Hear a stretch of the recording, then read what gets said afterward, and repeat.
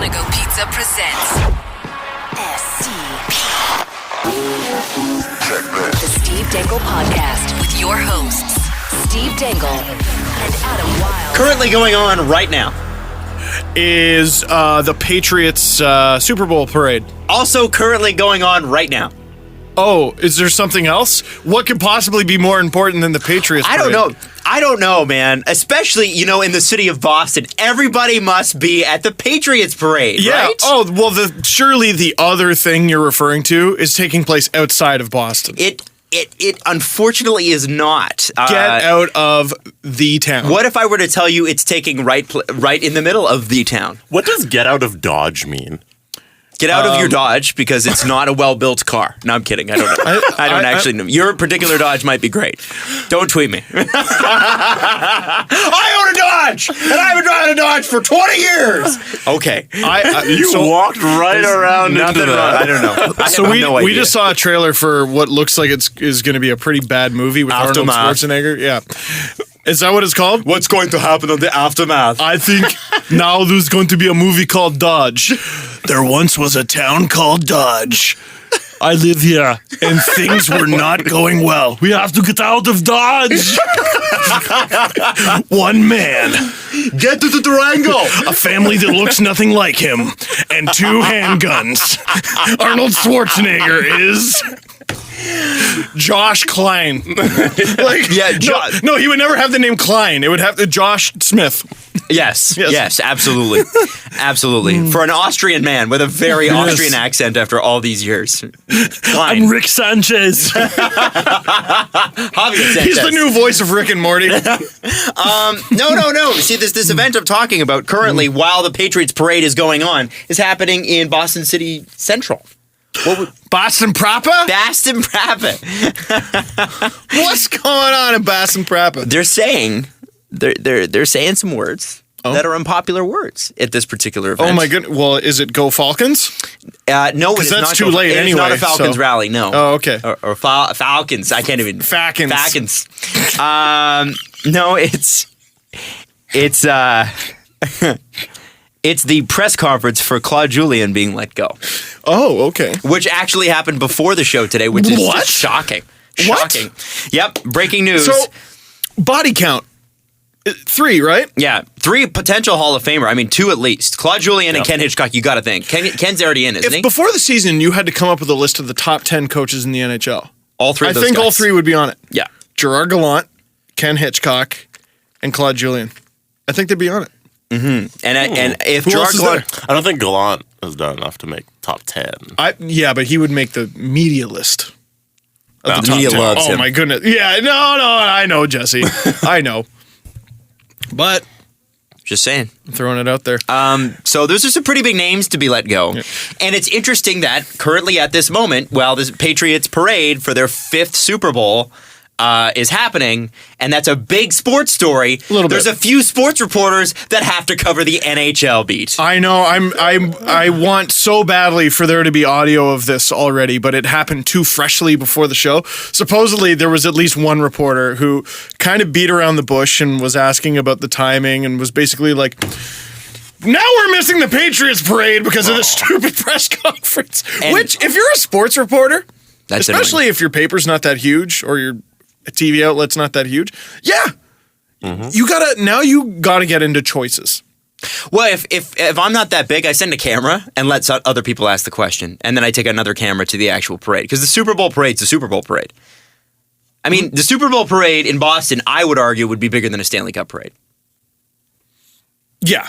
So why wouldn't you just send a camera, let someone else ask the question, use their question, or use his answers to their questions, and get on with it? I feel bad for the guys that got to do the NHL beat. Even though Boston's a wicked NHL town, it's one of those things that that's got to be really, really annoying while that's happening. Well, and Greg Wyshynski tweets, good job by Sweeney, Don Sweeney, on yet another "what about the Pats parade" question. What if they announced on Saturday or Sunday? Same crap given by media. Now, that's a wonderful scenario, Greg, but they didn't. We found out this morning, the morning of the Pats parade, and then they could have held the press conference right when they announced it, which would have been super early. Yes. Jesse, what's Boston's schedule? I want to know if they're playing tonight. Oh, good question. Good question. But they could have held it tonight. Could have held it tomorrow. Could have announced it tomorrow. Yeah, I don't know. They play on Thursday. They don't play from now till Thursday. They have their bye week from Saturday till Thursday. You did not have to do this today. You did not have to do this today. When was their last game? Saturday. Oh, They did not have to do this today. Saturday to Thursday. oh, that But- is such a that is a move. But I won't describe that move. Do you fire him the night before the Super Bowl, the morning of the Super Bowl, the night of the Super Bowl, or the morning after the Super Bowl? You fire him Wednesday. Or you fire him? But now why? How come? Okay, you hold on. fire him. Why don't you just give it a day? Fire him today But if now- you're going to fire him, and then have the conference tomorrow. But now if you're the new coach, oh yeah, so you're saying separate the firing from the yeah. news conference? I think that's the pretty logical solution. Easy to do. You They can could've do just that. fired him and held the news conference today at like 4. Yeah, or not held it today, which is also yeah. entirely allowed. If by you the had way. said- it's your press conference. If you had tweeted, look, Claude Julien was fired. We're going to hold a news conference about it tomorrow. Still, some people would get a little upset, I think, but they wouldn't be this upset. Steve, what was it Do you that think most people care? when you went to see Louis C.K., Yes. what did he say about obligations? Oh, you don't actually have to do anything. Yep. You can just say screw it. Last night, I was telling Adam this. Last night, I was ready to go to the gym, and I was ready to do my favorite things at the gym. I like going to the gym. I actually do. And my darling wife convinced me to go to a class, a circuits class. Class. And those can go, a few different ways. Sometimes you'll get the motivational teacher who's like, you can do it. And sometimes you get the teacher who's giving you crap like she's known you for a while. And she's got her mic turned up to 12. Damn it, Janet. Oh, and she's always Janet. Friggin' Janet. There's going to be Janet, a workout teacher, who tweets this, so you realize. Brenda, hope she listen, does. I didn't come for your crap, Brenda. And she's like, first 10 minutes of the class is skipping.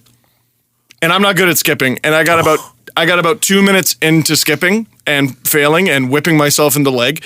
And Did you also nay in the leg? Oh, how dare you? How dare you? Excellent. I'm not Nice. sure I just gave what Jesse you a high think five. this is, Jesse. That was How dare you? fantastic. That you put that high five back in your pocket. That's not allowed. You guys are friends with Brenda. I know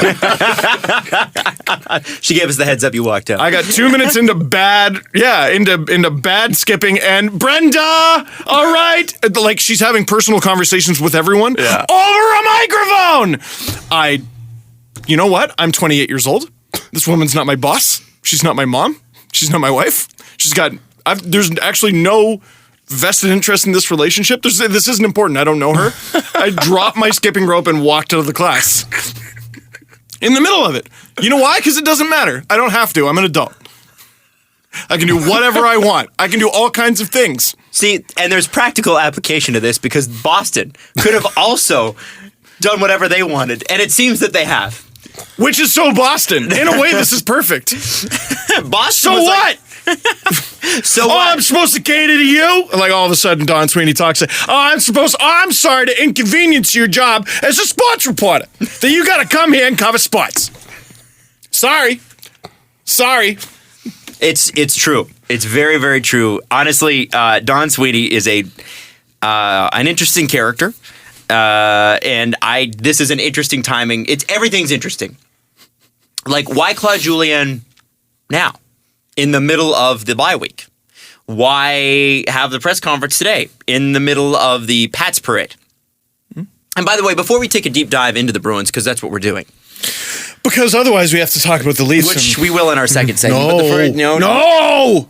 Fine. I want to say a few things to Patriots fans. Tom Brady is the greatest quarterback of all time. Oh, period. End of good story. for them. Okay? Good for them. He is. Like, Listen, I still thank dislike- goodness they finally got some. I love the little guy. I love when the little guy pulls Isn't it off. it great? It's I the still best. dislike what Tom What a Brady story. said last week. Still disagree. Yeah. But he is still the greatest quarterback of all time. Jesse's enjoying this. I didn't even know you were a Pats fan. I like the Patriots. Okay. Shut up. All right. You're such a Canadian football fan. Yeah, really. Oh, my God. To any Leafs fans, tweeting any Falcons fans saying, yo, we get you. No, you don't. No, because the last time the Leafs were in the Stanley Cup Finals, y'all remember, is 1967. So you'd have to be at least 60 years old to remember that clearly. Okay, the last time the Leafs lost, heartbreakingly, or lost at all in the Stanley Cup Finals, 1960 to the Montreal Canadiens, making you at least 65, 67 years old. Wow. So you don't know what it's like to be Falcons fan, although if the Leafs are the Leafs and they're going to be as good as they're going to get, I would imagine that at some point we'll know what it's like to be Falcons fans because Toronto Maple Leafs. Here's my counter to that. There's only a small group of fans on either side that can have that conversation, and I think it sounds a little differently than the way you conveyed it. Listen, you have no idea what it's like. Because they're all really, really old men and women. Yes. They're old. They're old. I think the people on Twitter going back and forth, man, you're in your 30s at the oldest. And you don't know our suffering. The suffering of my dad, I think. You don't know the suffering he allegedly went through. I mean, really, for Leaf fans, when you really think about it, how hard is it to be upset about something you've never had? It's really easy. It's pretty easy. Super easy. You're right. I'm trying to be positive here. A little bit of tough luck. No! At least, not allowing you. At least we did not have victory or defeat snatched from the jaws of victory the way the Falcons did. That was brutal. I'm that was only in the first round. Sad for their fans. But by the way, I'm glad that the Leafs are no longer like the face of choking. I mean, they've given it a good effort. No, but trust me, they've given it a good effort. Like the Bills have always really been the face of choking. We've never choked on a big enough scale. But this year, we've never been on a big enough scale. Yeah, this year, even the Bills are like, wow, thank goodness for 2016. Yeah, because there are 5 Super Bowl losses in a row. Well, listen, nothing erases that, but Cleveland, Golden State. Atlanta. Hillary Clinton. Why did everyone lump that in there? I think it's hilarious. She never had the lead. There was a website that profiled the guy. No. There's a website that profiled the guy, and on his Twitter profile. That's funny. This guy's Twitter profile was a Falcons logo, a Cleveland baseball team logo, and a Golden State logo. So for some reason he's a fan of Atlanta, Cleveland, and Golden State. I don't know how you become a fan of those 3 teams geographically. I feel like those things are fake. Well, it might be because there was it one. Like, all right, let's go Falcons. All right, let's go Golden State. All right, let's go Cleveland. All right, let's go Falcons. And then at the top, I'm done with sports. There was another guy at the very beginning of 2016. Who, his last tweet was just, oh my God. And you look at his Twitter name, and it was Bowie and Bengals. So he was a big fan of David Bowie and the Cincinnati Bengals. And he was just like, wow, this guy's having a rough week. That's funny. Yeah, but I don't know. I think they're fake. Like, what's that thing that I showed you guys? There's the guy who account, Beyonce 666. Yeah, Beyonce's going to have announced twins in February. Yeah, we went over that. Yeah, and basically what you have to do is tweet out a bunch of predictions and then delete the ones that are untrue. Yeah. But let's talk about the Boston Bruins, and let's talk about the fact that they might have messed this up. And I'm gonna refer to Mike Darnay, our good friend, who is a Pittsburgh Penguins writer, good friend of Mark Madden, who's another friend of the show. Mm-hmm. And he's like, the Bruins were 2 minutes away from forcing a Game 7 in the Stanley Cup Final in 2013. Since then, they traded Tyler Seguin. They traded Dougie Hamilton. Were buyers at the deadline last year and missed the playoffs. Let Louis Eriksson walk as a UFA. Gave that same UFA money and term to David Backes. Now fired Claude Julien. Good Lord. I mean, I even left out the part where they could have had Barzal, Connor, and Killington. It's honestly difficult to have that poorly of a 3.5-year period, just brutal blow after brutal blow. And, I mean, there are a ton of graphs out there because, things just explode on the internet. Information, crazy stats, draft picks that could have been explode when a coach is fired. Boston, though, has a ton of them. And I would argue, and I think many Boston Bruins fans would argue, that they invested in the wrong players. Oh, you know what? It's a testament to how good the team Peter Chiarelli built was. And how badly Peter Chiarelli started to screw it up. It's a testament to how good that team was that they're still sort of in the playoff picture despite doing everything wrong. Almost everything. Just got to give him some credit. To me, it started when they had to get rid of Johnny Boychuk. The reason they had to get rid of Johnny Boychuk apparently was because Jerome McGinley had such a great year, they had to pay him bonuses. That's right. Now, are the Boston Bruins a very, very, very all the way Boston team where they had a certain kind of locker room, and because they tore it apart, it tore the team apart? Because two guys come to mind, and I'm sure every Boston reporter is like, yeah, right now.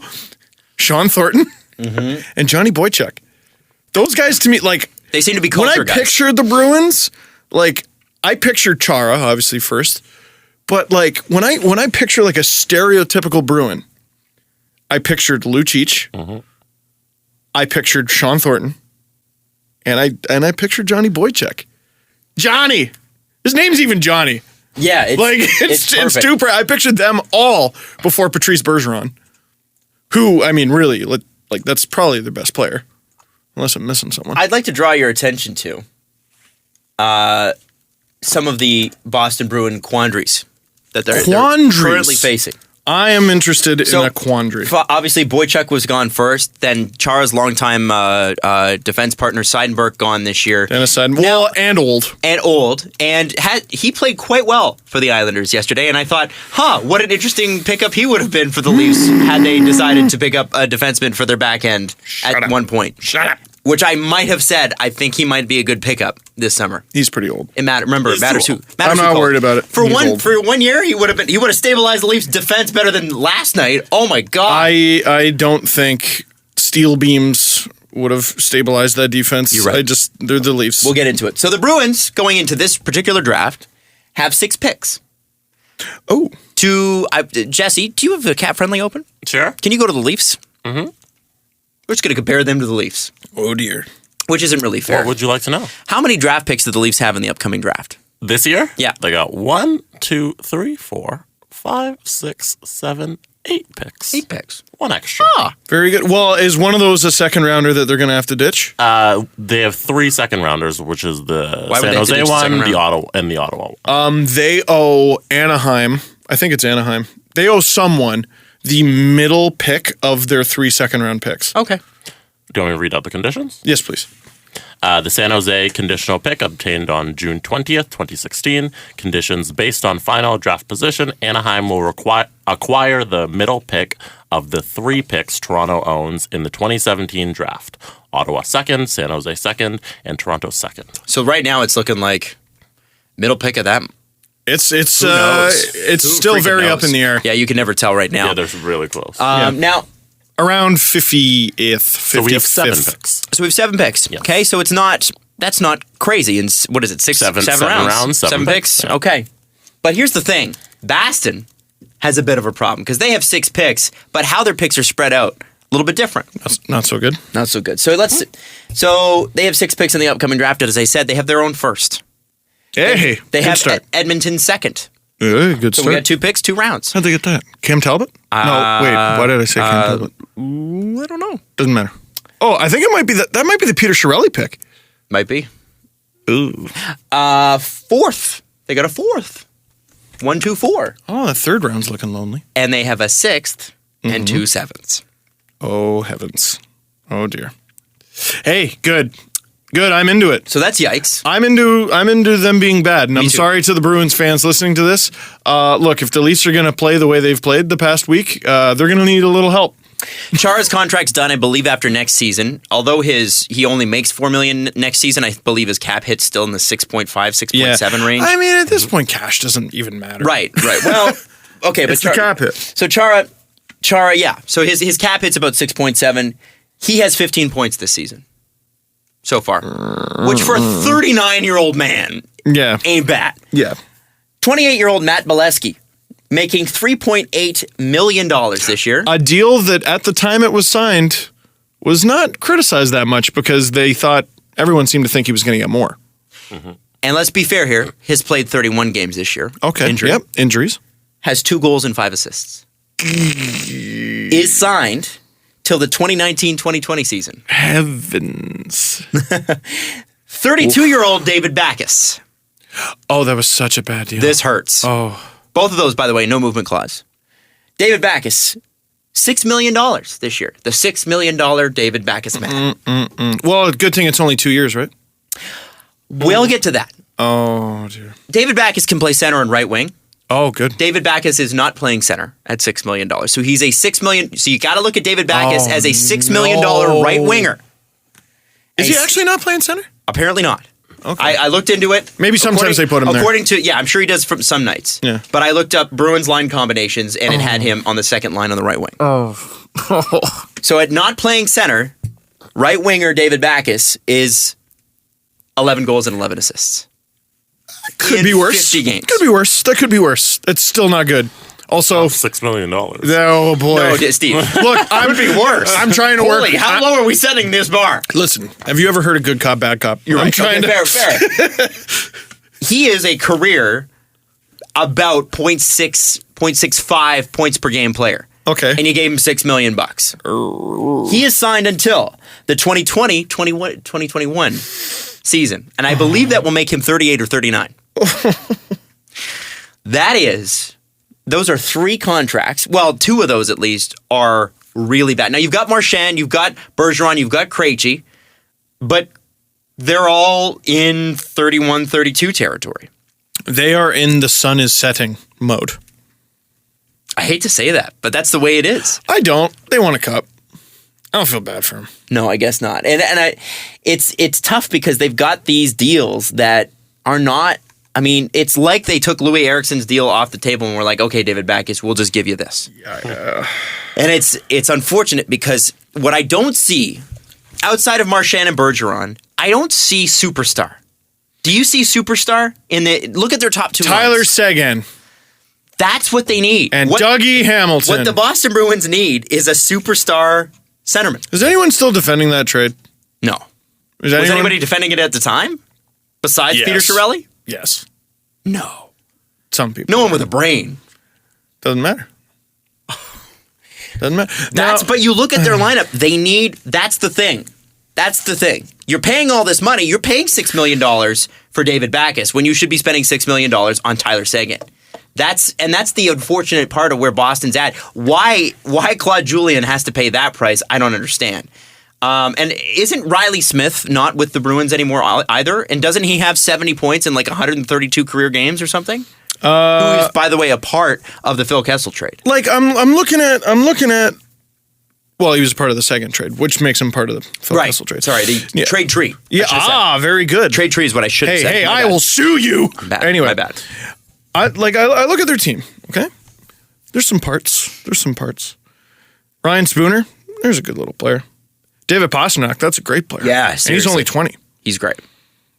But you need more than a few good forwards. And is it Brendan Carlo on D. He looks and good. they're not giving up on him. Some teams want him, and the Bruins are wisely not trading him. They got Jean-Michel Liles. Have I missed that? Is he just not playing most nights? Is he hurt? What happened there? $2.5 million, I think. Oh boy, they're gonna. $2 million? It's an interesting. If the Bruins play their cards right, they'll be fine. They could rebuild and be fine. They could sell a lot of folks, get a lot for them. They'll have tons in open cap space. The Bruins could make this like a 2-year rebuild. Can you sell David Backes or Matt Bolesky? Oh, Adam, I didn't say David Backes. Okay. Oh, I didn't say that, and this is the problem. Are you talking about Bergeron and Marchand? They got some... Because it seems like you'd have to sell Bergeron and Marchand. This is the thing. A lot of the contracts they have at the top are in we're still going to be good for a while mode. Yeah. Krejci, who is good, has 4 years left after this one. Bergeron has 5 years left after this one. Sorry, Krejci at 30 years old, 4 years left after this one. Bergeron at 31 has 5 years left after this one. Backes at 32 has 4 left after this one. Brad Marchand at 28, which is good, is holy mackerel. His contract extension kicks in next year. So he makes 4.5 now, which unreal. But then it goes up to 6.125, which I think still he deserves for that. the season he's happened. He's been great. 1, 2, 3, 4, 5, 6 years after this one, and that's assuming the page doesn't continue. Oh, boy. Remember when they drafted, was it 12, 13, 14, or 14, 15, 16? I think it was 13, 14, 15. How are those guys? I don't even know. I don't remember their names. I don't either. Zenishin, I think, is one. DeBrusk, and I don't remember the other. All I remember, the last headline I remember about them was that they were out of shape going into camp. All three of them. Well, Reese Jessup, he deleted a lot of his Twitter when he went miss him. Yeah, me too. I miss him so much. When he went to work for the Panthers, but he notoriously left up his notorious tweet. But wow, the Bruins could draft like all three of, I think it was like Barzal, Shillington, and... Oh, I said Killington at the beginning of the show. It is Shillington. It's spelled Killington. I don't blame you. And there was another one. Boy, they really could have just knocked it out of the park. Imagine they draft all three of those guys, and they still, none of those guys... drafted Shillington too, right? A couple times, yeah. Yeah, he dropped quite a bit. But like imagine they draft... Oh, where is it? What are we looking at? Okay. Oh, Jakob Zboril. And then Jake DeBrusk, and then Zachary Zenishin. Let's look at Zboril. In the QMJHL, in 32 games, he's got 28 points. Yeah, none of them have played a game in the NHL. He's a defender, though. So, I mean, you're at nearly a point. But 13, 14, 15, you think one of them would hit? Well, That was a couple of years ago, too. Yeah. At least, well, I guess they're all in the juniors, so... I'll defend Jake DeBrusk. How's he done? 39 points in 37 games in the WHL last year, which isn't awesome. It's not bad, though. And then in the AHL this year, as an AHL rookie with the Providence Bruins, 11 goals, 14 assists, 25 points in 46 games. Not bad. That's not bad. That's not bad. I don't know if that's 14th overall good, but it's not bad. And then Zachary Zenishin in the OHL... A right winger, like that's just, you need to have better numbers than that in your overage year. What are his numbers? 43 points in 42 games. He's got 30 goals, which is great. What? 30 goals and 13 assists? Yes. So that's, I mean... That's a pretty good finish. Oh my God. Who is this guy? Last year he had 45 goals and 20 assists, and the year before that 26 goals and 19 assists. So it's fair to say... That's a goal scorer. Ovi. My God. Yeah, Ovi without... the pass. Wow. This guy has no pass button. Wow. And I bet a bunch of those assists were like rebounds from shots he took. I don't know. The Bruins are in hurting shape right now, but I am not totally worried for them. Like if I'm a Bruins fan, they can figure this out. The problem, as we've discussed, is does their management know how to figure it out? I'm not totally convinced they do. I'm not totally convinced. Jesse, can you look up Don Sweeney for me? Okay. Because we've done this. We've done this before. And it was out of curiosity. It wasn't to be jerks. When we looked up Joe Sakic's managerial background, it was out of genuine curiosity. Like, yes, he was a great hockey player, legendary hockey player. But, like, what is his managerial background? And what we discovered was not that thick. What is Don Sweeney's? So after being color commentator for hockey games for Nesson, that's a bad start, and CBS College Sports Network, Sweeney rejoined the Bruins as the team's director of player development. When was this? This is 2006. Oh, okay. Yeah. So he was responsible for the scouting of professional league players as well as tracking the progress of the team's drafted prospects. And they developed some pretty good players in that time. Yeah, definitely. I mean, they had that was their upswing, right? Can't hate on that. And then 2007, he was promoted to director of hockey operations. So this is legit. Like he was groomed. Yeah, like, but by the Bruins. But hockey ops is different. What's hockey ops? Hockey ops is I don't know. Isn't that like like literally the minutia, like isn't that does it have to do with like where they're staying, their hotel, and the arenas that they're practicing, and like isn't it that? I have a hard time believing that's what Dave Poulin was doing all those years for the Leafs. I don't know. It's maybe it's just ahead of player operations. The point is he was there, and I'm sure he was in on all the conversations. It's probably I gotta imagine like managers, especially like the Leafs have just so many, and they've been that way for a long time. I gotta imagine it's a bit of a village. Sure. You know, everyone kind of gets their say. Like, I have a hard time believing in 2006 or 2007, Don Sweeney was like, you know what I think? And they were like, shut up! Right. It's not your place! No, he had a big part. Yeah. He had a big part. So he goes director of player development, 06, hockey operations director, 07, assistant general manager, 2010, and then 2015. There you go. So he had the grooming. So I guess, He just has questionable judgment. And by the way, I say questionable judgment because of his track record. I question that judgment. can you look up the Bruins front office, Jesse? Because I think there's a pretty interesting name in there. There's a pretty fun one. Ah, I know who you're talking about. Yes, but don't spoil it. How dare you? Like that Arnold Schwarzenegger trailer. Steve's not going to get over this trailer. You should No, watch I'm this not, trailer. because I'm like, okay. The trailer ruins the movie. I was like, you got me, and at the end of the trailer, I'm like, don't need to see the movie. Who are you looking for? Well, here, you want to read some names? Okay, Jeremy Jacobs. Jeremy Jacobs, course, that is the owner who's going to hold Claude Julien hostage. Charlie Jacobs. His son, I can bet? only assume a family member. Cam Neely, president. Seabass. Harry Sinden, senior advisor to the owner. Which is largely, I would imagine, a ceremonial role at this point. Harry Sinden was the general manager for like 30 years. Oh, okay. And Harry Sinden hired and fired Don Cherry.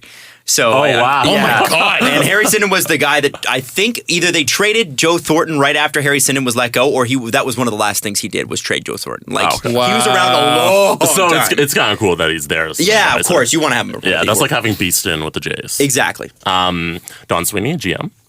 Scott Bradley, assistant GM. Okay. Executive director of player personnel, general manager of the Providence Bruins, John Ferguson. Junior. John Ferguson Jr. You think he'll ever be a GM again? Yeah.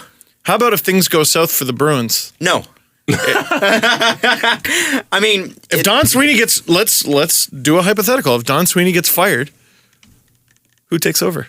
I hope it's John Ferguson Jr. Maybe Jamie Langenbrunner, player development coordinator. Wow. Really? Coordinator, yeah.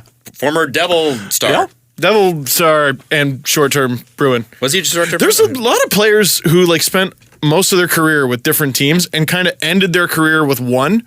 Like they played 40 games there, and they're like, and this is where I will live forever. Marty Brodeur. Marty Brodeur is such a weird one. Marty Brodeur was on practice with the St. Louis Blues this morning. It's still weird. Still weird. I don't care if he's not a player. We got to wrap this segment up. Basically, the Bruins are in a bit of a tough spot, but they can pull themselves out. That's the point. Hey, luckily, they're in a division with a team that cannot stop blowing leads. Speaking of which, let's get that team's coach's thought on Claude Julien being let go. Oh. And by the way, the guy replacing him is, I believe, Bruce Cassidy.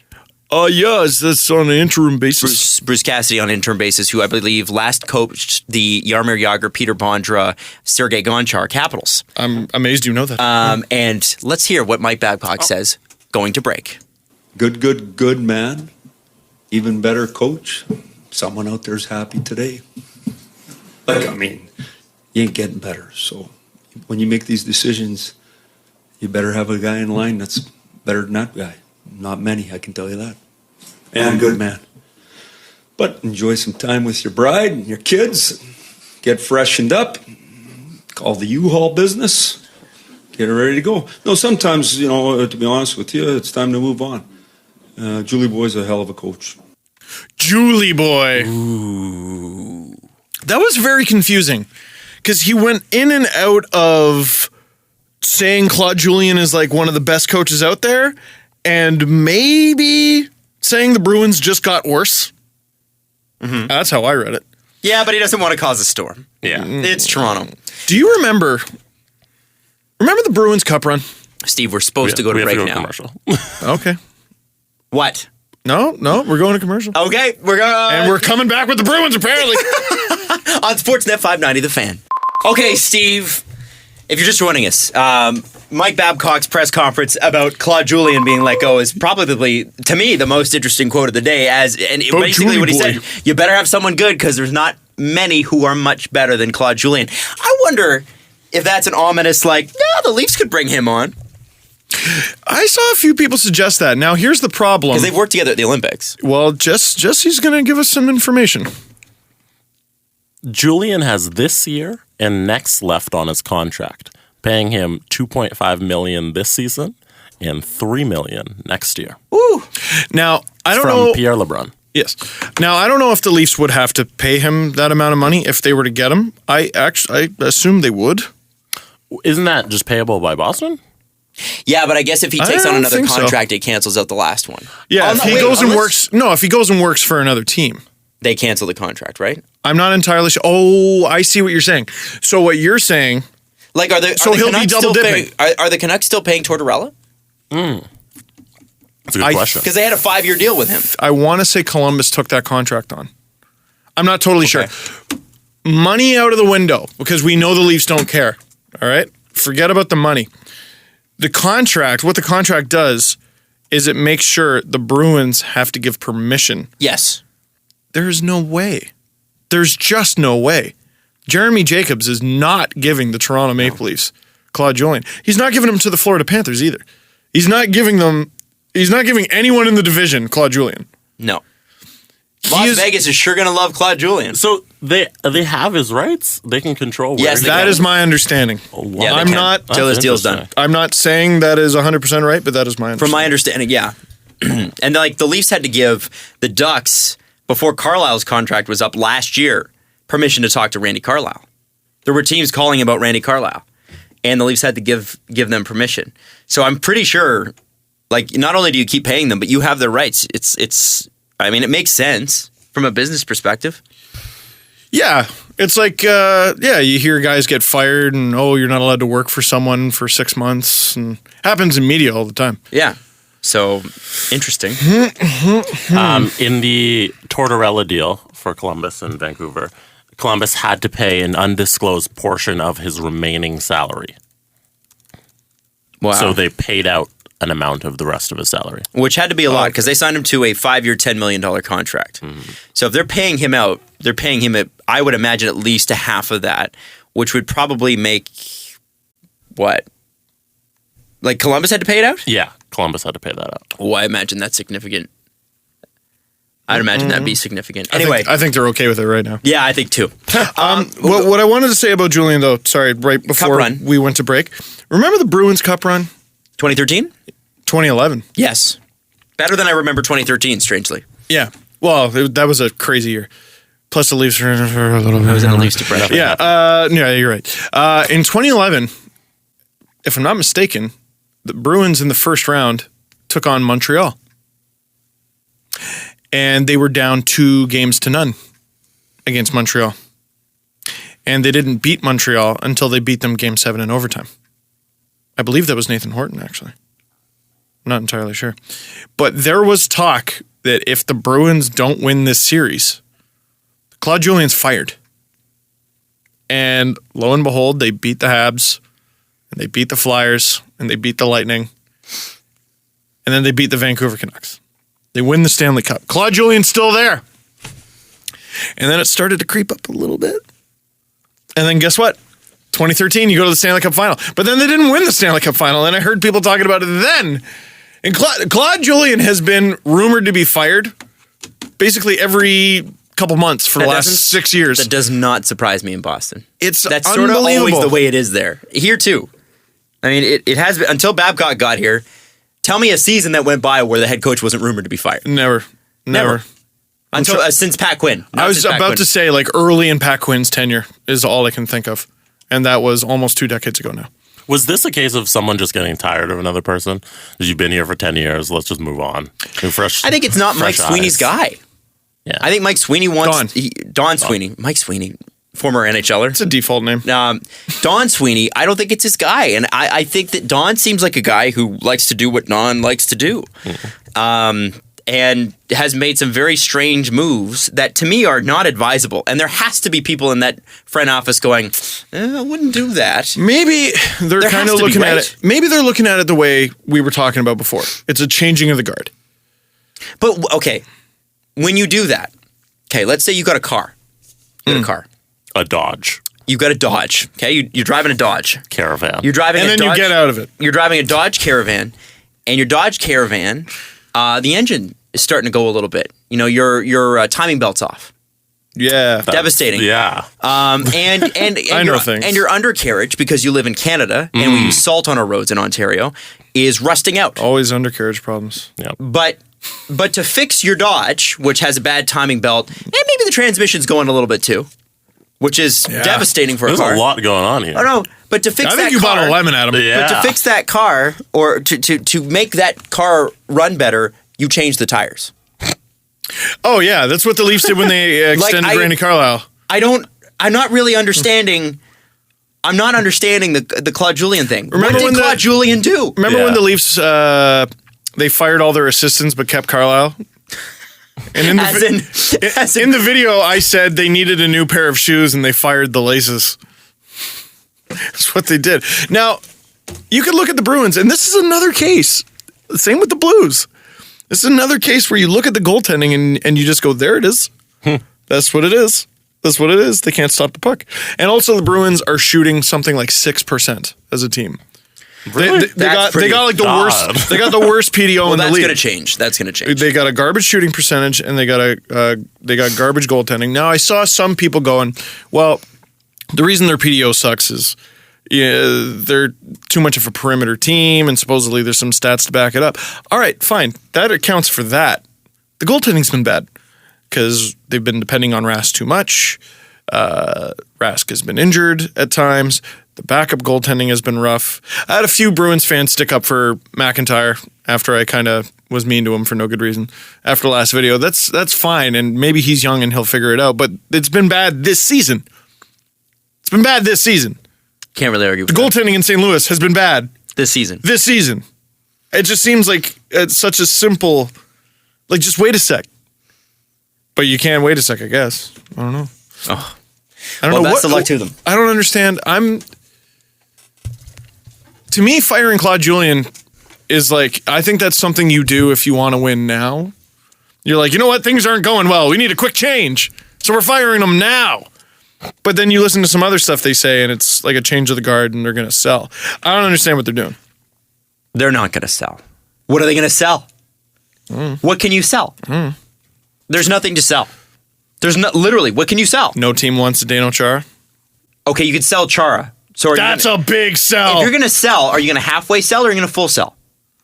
I don't know. I don't know if they can Tell full me a sell. team I that don't has- think they have to. But Steve, I truly don't tell think me a they team have that has to. halfway sold. If they're going to sell, tell me a team that has halfway sold and it's been successful. I think the Blues are sort of trying to do it. Halfway selling is hard. It's hard to remember. But like I look at the Bruins and they got that core up front of Krejci, Bergeron, Brad Marchand, and then you got Bolesky kind of, I don't know, we'll see how that works out. Pasternak's there. Yeah. On defense, Torrey Krug is a nice little player. Tuukka Rask is still locked up for a little while.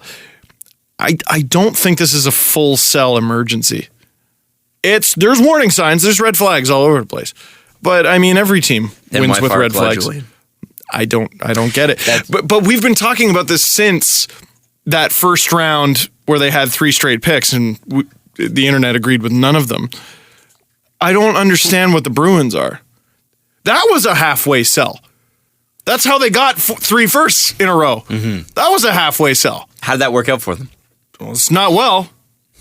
So is this full sell? I don't understand. It's interesting. It's very fun. So let's very talk fun. about the Leafs, which is another thing I don't understand. There's a full sell. That is a full sell that, hey, listen, it's still 3 out of a possible 4 points in the last couple of games. But if that's the optimist point of view, the pessimist point of view is, oh my God, third periods. The Leafs were up 4-2. They were up 4-1 in Boston. They let the team tie it. They got ahead, and then they let them tie it again. And you know what was amazing? It wasn't just that they gave up so many leads against the Islanders. And Bruins. It wasn't just that they gave up so many leads against the Islanders. It wasn't just that they gave up a multi-goal lead against the Islanders. It was the Leafs got the lead, a 5-4 lead, with 2 minutes and 1 second to go. That's 121 seconds. John Tavares almost tied it about 16 seconds later. I was just going to say, within 15 seconds, honestly, because of Anderson's strength, he kept it out. And another 15 seconds after that, they tied it. So if you don't get like a Dominic Hasek ridiculous Hail Mary prayer of a save. You give up that lead in 15 seconds, let's say, and then you give it up 15 seconds after that. And they had already How broken is this team? They had already had not a Dominic broken. Hasek save earlier in the game when Anderson, when it was 2-2 and Anderson made the save. It's fans Glove save. I love how fans think I'm irrational because I yell and scream and I say they're broken and I get all upset, and then they go, Freddie Anderson is the reason they're losing. No. Are you watching? Look, he looks human for sure. He doesn't look like the Freddie Anderson that we got comfortable with and accustomed to. This Leafs defense is a clown car. It's horrifying. And when I say broken, Jesse, I mean you feel it. You feel the tension. They get the lead, and it's like, how are they going to screw it up? Spin the wheel. Spin the wheel and figure it out. So then there's two possible cases here, okay? There are two possible things going on. Either they don't have the talent, or they don't have the confidence. It's got to be the confidence. It has to be. They must have the talent, right? But it's okay. Of course it's okay. What was the record we broke last night? I don't know, but I know they points by... was it Leafs points by a Did they rookie? break it? Did they break it? First time 5 rookies have scored in a game in franchise history. Wow. That's cool. What's wrong here? They have Nothing. 9. They, by the way, have 9. Yes, there is. We're still building. 6 is bigger than 5, Jesse. It's basic math. If they lose every game 6-5, they lose every game. The Leafs have 9 goals by rookies in their last 2 games. Who's worried about the goal scoring? Who's worried about that? So, if your biggest problem is that you're currently sitting in a playoff spot with 4 games in hand. Yeah, by the way, last night they were rewarded by losing. By getting into the playoffs. They're in a playoff spot. If the burn this point system to the ground. Like, they did not deserve that We're point. in like year 2.5 of a rebuild, sitting in a playoff spot with 5 rookies scoring in a game. And all we need to do is fix our defense and not give up leads. All we got to do is fix our defense. I'll take those are cheap. I'll take Those are sucking cheap. for the rest of this year and be like, okay, we can fix it next year. We did say, cool. Jesse's right. We did say going into this season that there were going to be ups and downs. We knew that. And This is a down. I remember saying that this is a down, and we have to keep that in perspective. Let's pull away again. It is still 3 points out of a possible 4. However, it's the way they're giving up leads that has, you can admit too, Jesse, pattern. Oh, yeah. There's a pattern there, right? It's horrifying. Like, again, they get the 5-4 lead, and this is different. It's not a 1-goal lead in the first. It's not a 1-goal lead in the second. It's a 1-goal lead in the 2-minute left. It's a 1-goal lead in the 58th minute. And they're petrified. And it seems to be the same thing over and over again. The opposing team dumps it in. And the puck is lava. All you got to do is get it in deep against the Leafs. They will not be able to clear it. You create traffic in front. You dump the puck in. They can't get a hold of it. You create traffic in front. They try to clear it. They fail. You take the puck from the point. You take a shot. And if it doesn't go in, then you'll get a rebound. Or you'll get a second rebound. Or you'll get a third rebound. The Leafs have this inability late in the game to retrieve the puck from behind their own net.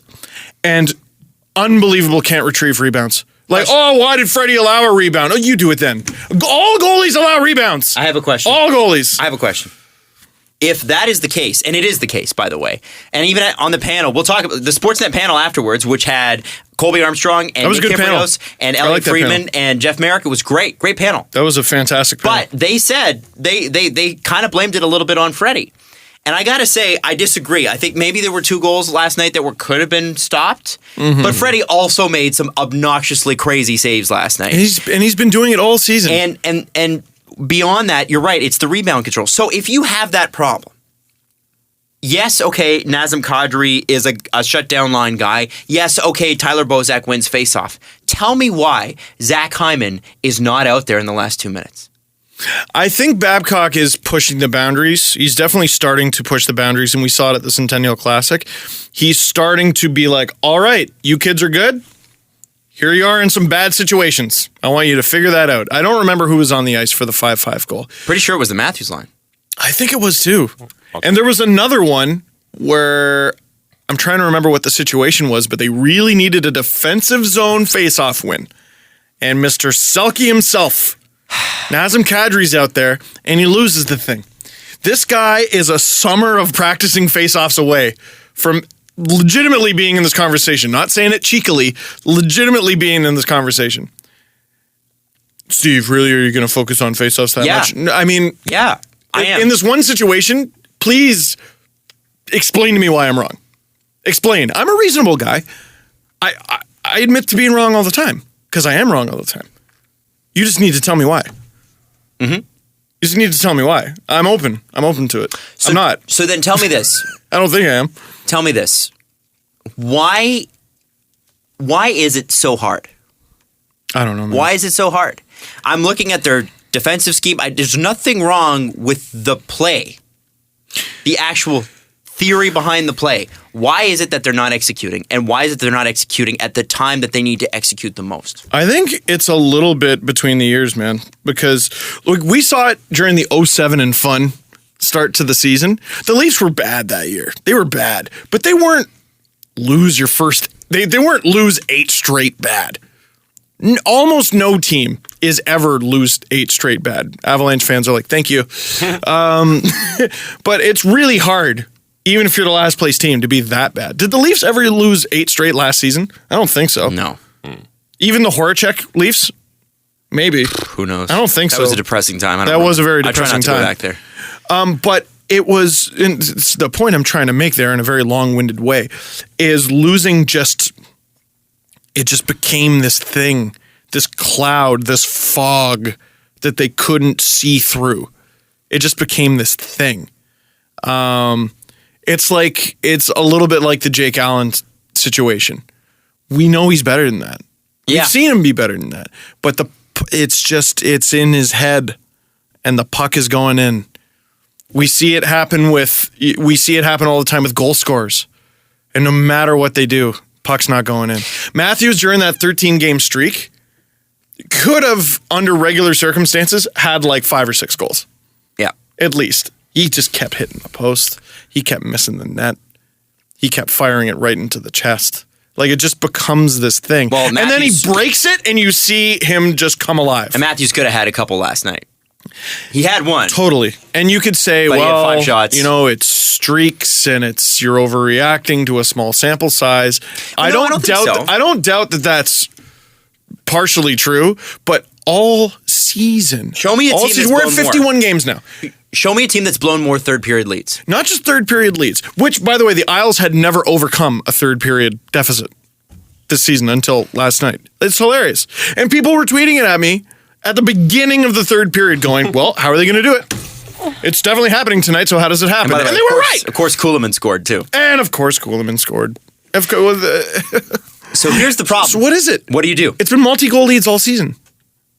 They had a 4-0 lead against the Jets. Do you think a guy like Marchenko, because the reason they haven't played him is because they're trying to get him into the system, do you think he's going to make a difference? Now, here's the problem, or part of the problem.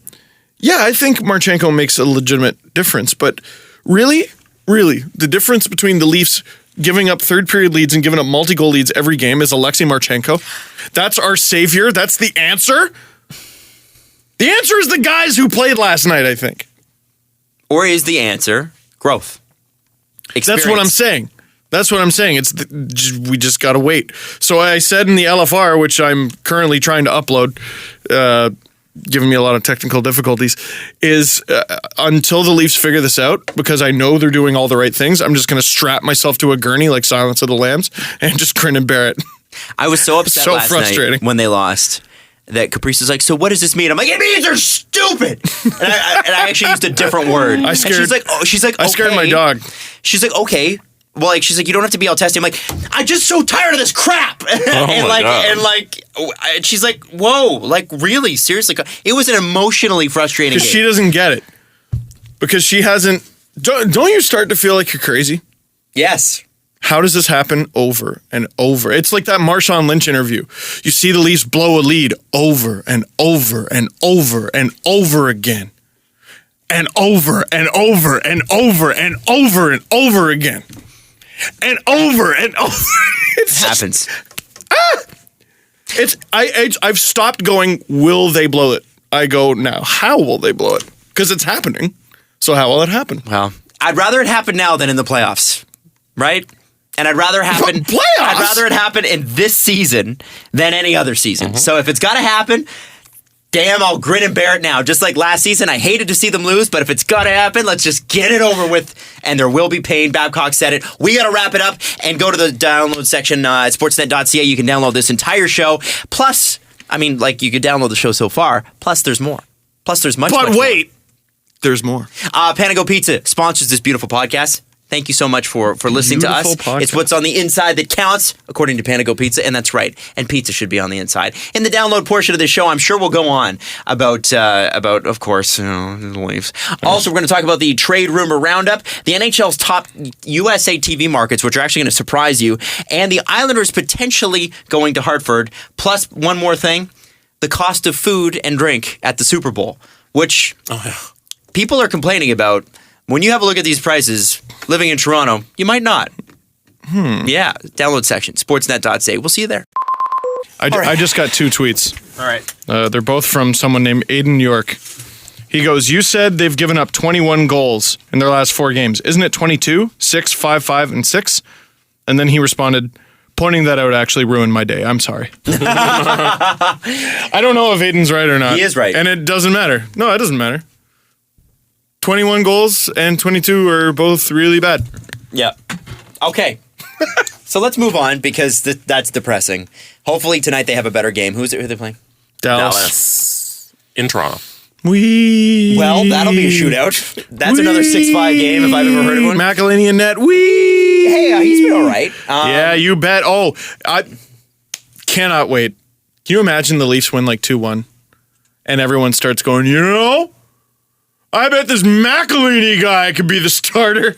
Oh. You know Chuck calling into the postgame show is going to be like, yeah, well, I'm calling you on my smoke break. And you know what I think. Yeah, because Chuck wants to be in a What's movie. rattling around in that head there, Chuck? You let me know. All right, so can you name the top rated TV markets in the United States? For Super Bowl? For NHL hockey this season. I actually know the answer, I think. Okay, Jesse? I don't know the answer, but I'm willing to guess. All right, and Steve, you should guess. Like 'Cause I will. Even if you looked at it, I doubt you remember all 5. No. Top 5? Top 5. Pittsburgh, Buffalo, Los Angeles, Ooh. New York, and Michigan. Or Detroit. Detroit. You got the first 2 were correct, and I'm not sure if they were in that order. But here's what's interesting. Okay, Can I guess? Okay. I want to go Pittsburgh, Buffalo, Chicago, Minnesota, Fuck. and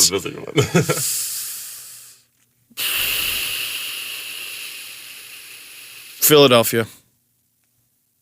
Now, I don't know if this is in terms of, because here's the thing, you can take ratings, and it can be one of 2 ways. It can be percentage of market, or it can be in terms of how many people watched. How many people actually watched? Why wouldn't it always be How many people how watched? many people Because you can spin things. So let's say the way TV ratings work is so stupid. Well, radio ratings are the same. So let's say and that's dumb it's a market too. like Buffalo. Okay, let's say it's a market like Buffalo, and the share is 6%. And then you've got a city like the New York, where the New York Rangers play in New York, Yes. and it's a 6% share there too. Well, it's not the same. It is not the same. New York Rangers 6% is a hell of a lot bigger based on population size than Buffalo. Who's falling for that? All the time. Advertisers en All the masse? time. Yeah. That's En the masse. dumbest thing ever. Well, because if you're a local advertiser in Buffalo, you don't care about New York City. I guess. But you say, look, we why also can't got you just say, 6%. okay, we got 6% of the Buffalo market. Oh, and how many people is that? Why not just say we have 40,000 people in Buffalo? Spin, Steve. It's the same thing. Nope, not to some people. Again, follow your dreams because grown-ups are stupid. So, and this I believe is SharePoint, because there's no way that the number 1 team, the number 1 rated team in the United States of America, the number 1 rated market in the United States of America is the Buffalo Sabres. It is. But it is. It is. No, I don't even think that's share. That's just pure people. I doubt it. And I saw, now, is this watching on NBC? No, that's MSG. So that's watching on MSG. 6.43 of the market are watching. Now, because I saw a few people on Twitter point this out. A lot of folks in Buffalo might be watching the games, but not necessarily on MSG. They're watching it on a CBC feed that they still get from Canada, which means... But MSG could still track that. You could still track that. Can and you they? Can put in ad substitutions, absolutely. Oh, I didn't know They do that all the time. It's like in Canada, there was a big snafu about CTV having the Super Bowl, but CTV was running Canadian commercials, but you could somehow watch the American commercials on Fox. I watched which it on is Fox. terribly unfair to the broadcaster that's paid billions or millions of dollars to get the Super Bowl rights. And by the way, the NFL was like, why can you do that? That's not okay. And they went to the CRTC along with Bell and said, that shouldn't be allowed. And Bell was like, or CRTC was like, well, whatever.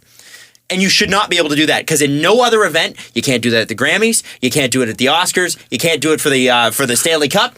But for some reason, the Super Bowl, you can watch American commercials. Doesn't make any sense. So if you're pro Fox there or you're pro Bell? I'm pro Bell there. I'm pro Canada there. Yeah, that's unfair. I'm Team Rogers, but that's BS because that affects Rogers. And I know you want to watch the American commercials, but YouTube after the game. Get over yourself. You can watch it on YouTube after the game. Everybody always... BuzzFeed does a roundup. I'm sure you could find them. Here's why I think it's actual just numbers. Okay. Last year's All-Star game, top-rated cities. Buffalo, Pittsburgh, tied at 3.7 each. Then we got Chicago, St. Louis, Detroit. This year's All-Star game, top cities, Pittsburgh, Buffalo, Minneapolis, St. Louis, Detroit, Chicago. So Buffalo's consistently at the top of TV ratings. Right. Again, though, I think it might be percentage. I want to see in actual numbers of people how many people are actually watching. Like Buffalo, if you see a percentage, careful with that. Buffalo can't be beating Pittsburgh. It can't be. Well, population-wise, they're not or Chicago. that different. Isn't Buffalo like 200,000 people? I don't think it's 200,000. No, well, it's the area. Oh, entirely, true. Right? Okay, so it's anyway, the market. The point is, Buffalo ratings-wise, percentage-wise, 6.43, which is pretty high for NHL, considering most of the NHL games are getting a 2 something. And they're not that good. The Sabres are not that good. No. Penguins, number 2. You guys were both right on that. Number 3. I don't know if Jesse guessed this one, but Steve did not, and I was surprised. St. Louis. Really? Number 3, 4.26. They have a 22% change over last year, which is pretty big. Wild. Number 4. Yeah. Blackhawks, number 5. Can you name the bottom 5? Ooh. American markets. American markets. No Canadian markets, to be fair. No Nashville, no Carolina included for some reason. Gotta be. And this is just this season? Yeah. Yeah. I'm going to go with Colorado. Just that's a strong hockey market, but they're just so bad. Uh-huh. They're so legendarily bad. Arizona. Who? Maybe Dallas.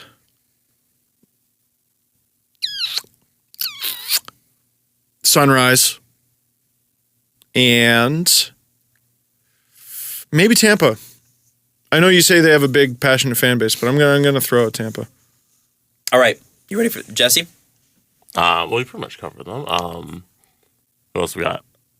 I'd say the 2 Florida teams, Colorado, San Jose, and that's 4. And then I guess you said no Nashville? No Nashville even counted, and no Carolina even counted. Oh. They just just take them out. When I went to Arizona. When I went to San Francisco, and San Francisco is not the same as San Jose, but they're relatively close to each other, I couldn't find a trace of hockey. There's no evidence hockey exists. Of course.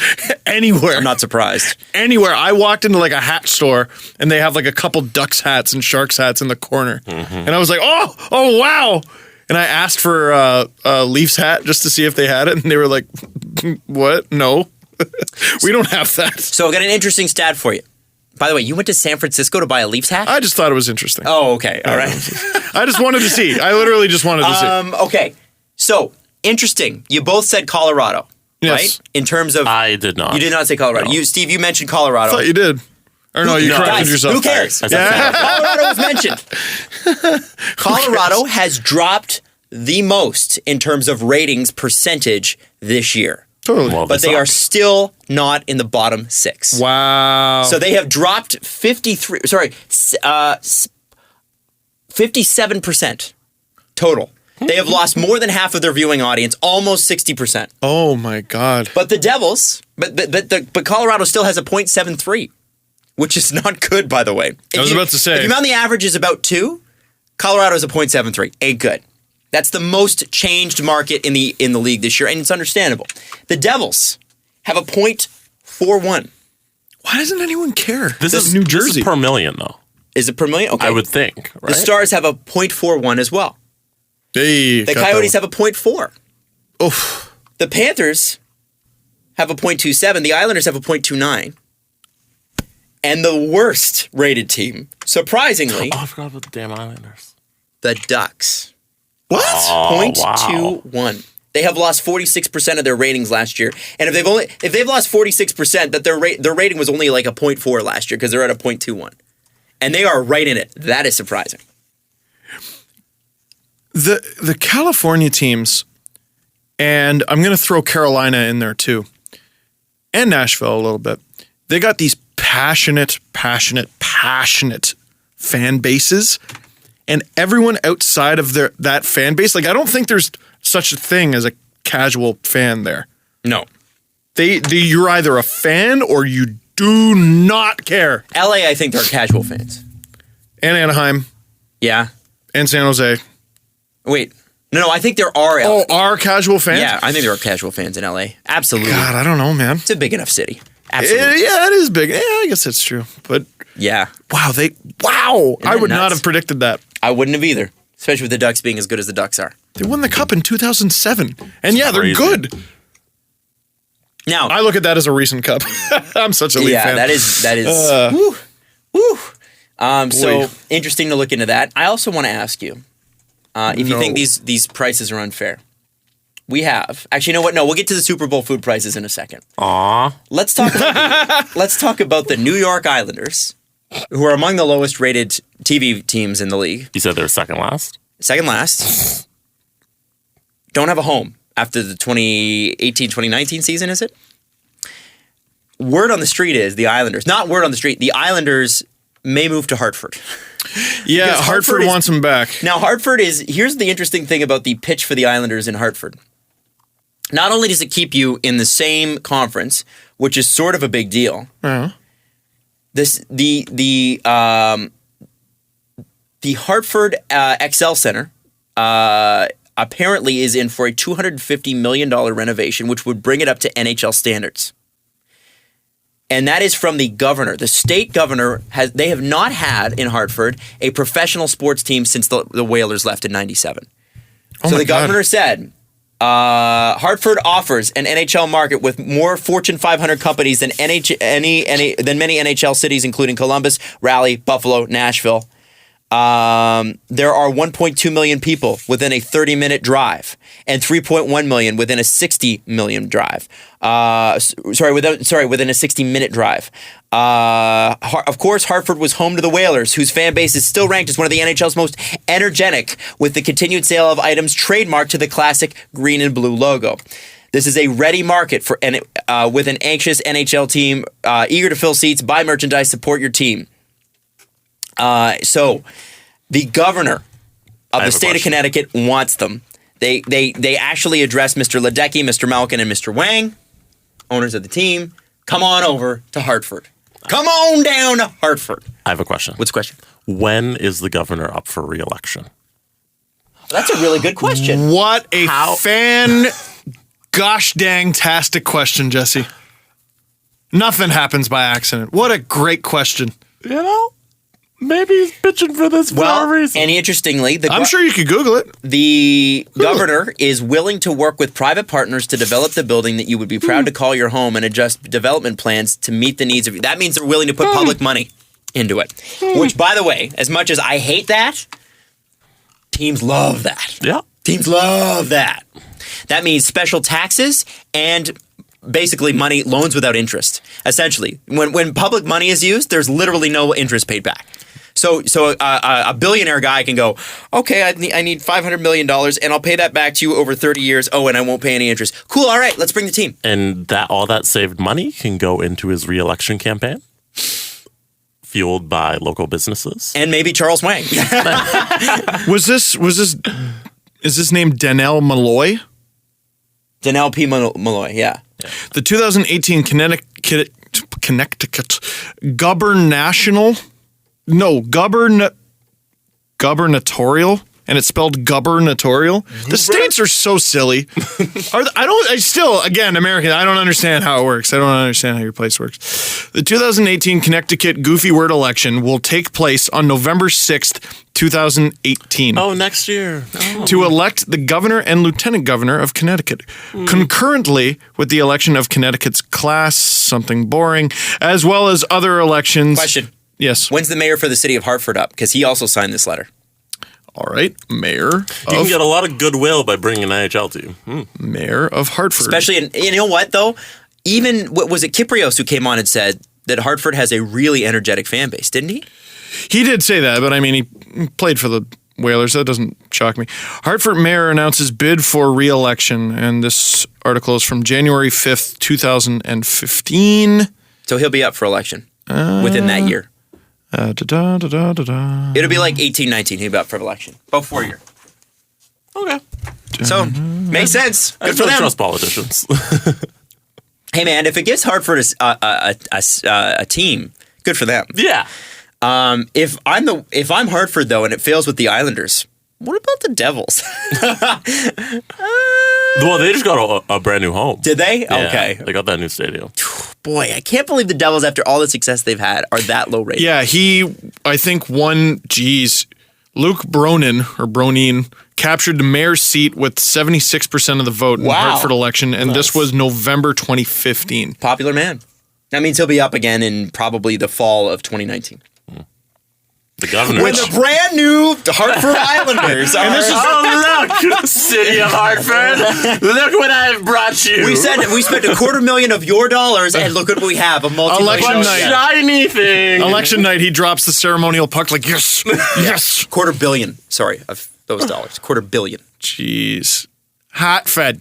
I don't know. There you go. That's definitely not how they talk Anyway, there. interesting. Yeah, definitely. Also, and this is from Sarah Hall, who is a friend of the show. He is. Gone on her podcast a couple times, as is Steve Den Talk, if you want to check it out. Expert on the Coyotes. So apparently with the whole arena thing with the Coyotes, and this is interesting, West Valley doesn't want the Coyotes to leave, which I believe is where they are right now. And Glendale are now saying they never said they didn't want the Coyotes. So even though the deal fell through, there are two locations that quote unquote want the Coyotes. I don't think we will do this podcast till we're dead. I don't think in our lifetime till we're dead, I don't think that there will be a Coyotes arena deal. Yeah, I don't think there will be even when the arena deal is signed, it'll be like Islanders null and void in 2 years. After the apocalypse, there's going to be, Twinkies, cockroaches, Keith Richards, let's be honest, probably Ozzy Osbourne, Betty White will still be there, vinyl records, and the battle for where the hell are the Coyotes going to play. Yep. They survived, by the way. How? And Shane Doan will still be playing hockey. Yes, Shane Doan, he's thinking about maybe allowing a trade this year. It's 2025. So here, let's talk about trades quickly here. So according to Sportsnet, their trade rumor roundup, the Habs are interested in Matt Duchene. The problem comes down to price, because the price for Matt Duchene is a young, high-end defenseman, a first-rounder, and your top prospect. Wow. Your top prospect. Tell me how it makes sense for any team to give up all of those things. I could see two of those things. I could see first-round pick and top prospect. But you're going to take your young defenseman, your first-round pick, and a top prospect on top of that? No. Nobody makes that trade. I don't think you go after Matt Duchene unless you're pretty sure Matt Duchene helps put you over the top. And no team that's close to being over the top can afford that. Nobody. I don't think the Habs have. Do they have a young defensive prospect that they? Or no, a young defensive player that's already okay. So they've got Sergachev. They got their first pick. Who's their top prospect? Oh, I would say their top prospect is probably Sergachev. Young defenseman, maybe Nathan Beaulieu. Mm-hmm. And then what was the other thing? First round pick. So Sergachev, who was the 9th overall pick, I think, something like that. So they have it. Nathan Beaulieu. Do you make that trade? And a first For a team that does need a centerman? I don't think And this is your go for it year? Is it? They could use a center for sure. They also mentioned that they were going after Hansel. Hansel from Yeah. Arizona. It's just much more likely to happen. Apparently, Michael McCarron would be the guy that went to the Coyotes to get that deal done. Hansel's 29, has 19 points in 43 games this year. But he's got Hansel? Hansel, yeah. thought he was younger 19 than that. points in 43 games this year. So you're getting Duchesne or you're getting Hansel. I know. By the way, Hansel's career high, Nah. 41 points, which happened last year. He's one of those guys that seems to come up a lot, and I'm like, wait, why is he highly touted? Because Coyotes, man. He's It's like- like Keith Yandel. The Jag of forwards. Like, how is this still on TV? I don't understand. San I Jose think that's a Sharks. Robin Williams joke. San Jose Sharks, according to Bruce Garrick of the Toronto Sun or Ottawa Sun, have tried desperately in years past to get Shane Doan. San Jose Sharks have tried to get Shane Doan. Shane Doan is now open to it. Ducks and Kings are said to be in on Doan as well, and Doan is open to it. So I don't know what the trade value there is. I'm sure the Coyotes get something, but is it that large? Do they get that much? And isn't it? It's worth it. For Shane, like if I'm the Coyotes and someone says, I'll give you a second, I'd be like, yes, because I want Shane to do well. But I put him on the best team. Oh, fair enough. Put him on the best possible team you can. I think that's a good way to look at it. I mean, you do got to run a business, though. I think it's going to be more than a second, less than a first sort of thing, you know? Like a second and... Mid-level prospect? Or a third. Maybe even 2 seconds. There's something... Teams will give up 2 seconds in a heartbeat before they give up a first. That's a lot for a 40-year-old. I think so, too. But if you really believe he puts you over the top... Do you really believe he puts anyone over the top? Not any of those 3 teams. Thomas Vanek. Detroit. Having a good year. 32 points in 40 games. At least according to when this was written. 33 years old. 1-year deal. So he's up at the end of the season. Having a great offensive season. Yeah. Sucks in his own end. He missed October and November, but he came on strong in December, January. He had 21 of those points, of those 32 points, in 26 games through December and January. Not bad. Bit of a red flag. Is that? He was injured the first 2 months. Oh, well, there you go.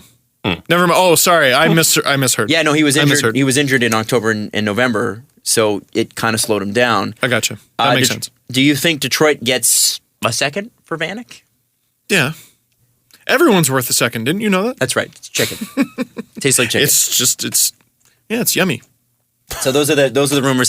That sounds pretty boring. Yeah. Doesn't it? It's the most boring trade rumor roundup ever. It's That pepperoni wasn't fun. pizza. It's pepperoni pizza. Like, what should I get? What should I get? What do you like? What do you like? Screw it. I'm just going to order pepperoni. And everyone likes pepperoni. You're right. How much, like, not that there was much trade activity anyway, but when Elliot Friedman said there would be a flat cap, how many phones do you think hung up around the league? Oh, none. None? None. Everyone wants to win. They don't care. Everyone, wee! Weren't the Blackhawks in on Duchesne for a second? How? Doesn't matter. Wee! Doesn't matter. Does not matter. Chicago Blackhawks. Let it ride. Without giving too much away, I'm going to do some trade tree stuff heading into the deadline that is deadline related. So I'm not just going to look... Trades that were made at the deadline. Not quite.